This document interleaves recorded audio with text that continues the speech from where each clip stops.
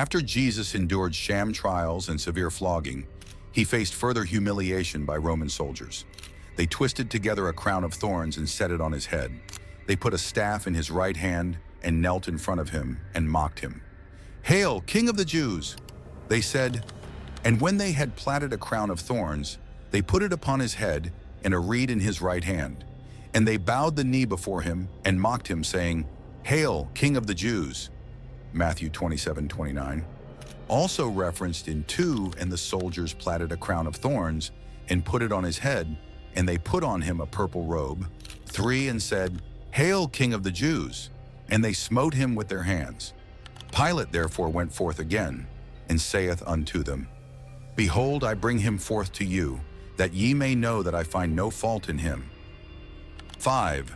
Then came Jesus forth, wearing the crown of thorns and the purple robe. And Pilate saith unto them, "Behold the man." John 19:2-5. While the crown of thorns certainly caused immense physical pain, its primary purpose was mockery rather than torture. The soldiers took the traditional symbol of royalty and majesty, a crown, and perverted it into an object of suffering and scorn. This act epitomized their derision, portraying the King of the Jews as a powerless, humiliated figure, subject to their brutal taunts and abuses. The crown of thorns thus symbolized the soldiers' complete disregard for Jesus' true identity and authority, turning his claim to kingship into a cruel joke. For Christians, the crown of thorns serves as a poignant reminder of 2 fundamental truths. 1. Jesus is indeed a king. Despite the Roman soldiers' mockery, the crown of thorns symbolizes Jesus' dual roles: the suffering servant, Isaiah 53, and the conquering Messiah King. And he hath on his vesture and on his thigh a name written, King of Kings and Lord of Lords. Revelation 19:16. One day the entire universe will acknowledge Jesus as the King of Kings and Lord of Lords. 2.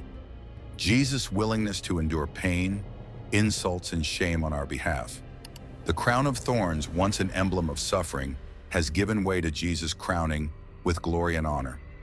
But we see him who for a little while was made lower than the angels, namely Jesus, crowned with glory and honor because of the suffering of death, so that by the grace of God he might taste death for everyone. But we see Jesus, who was made a little lower than the angels for the suffering of death, crowned with glory and honor, that he by the grace of God should taste death for every man. Hebrews 2:9. The crown of thorns worn by Jesus during his crucifixion carries profound symbolic meaning. When Adam and Eve sinned, they brought a curse upon the world, part of which included the ground producing thorns and thistles. And unto Adam he said, Because thou hast hearkened unto the voice of thy wife, and hast eaten of the tree, of which I commanded thee, saying, Thou shalt not eat of it. Cursed is the ground for thy sake. In sorrow shalt thou eat of it all the days of thy life. 18 thorns also and thistles shall it bring forth to thee, and thou shalt eat the herb of the field. Genesis 3:17-18. In a striking act of irony, Roman soldiers took an object representing this curse and fashioned it into a crown for Jesus, the very one who came to redeem humanity from that curse. As the Apostle Paul states, Christ redeemed us from the curse of the law by becoming a curse for us. For it is written, Cursed is everyone who is hanged on a tree. Christ hath redeemed us from the curse of the law, being made a curse for us. For it is written, Cursed is everyone that hangeth on a tree. Galatians 3:13. Thus the crown of thorns, while intended as a mockery, became a powerful symbol of Jesus' mission and the salvation he offers.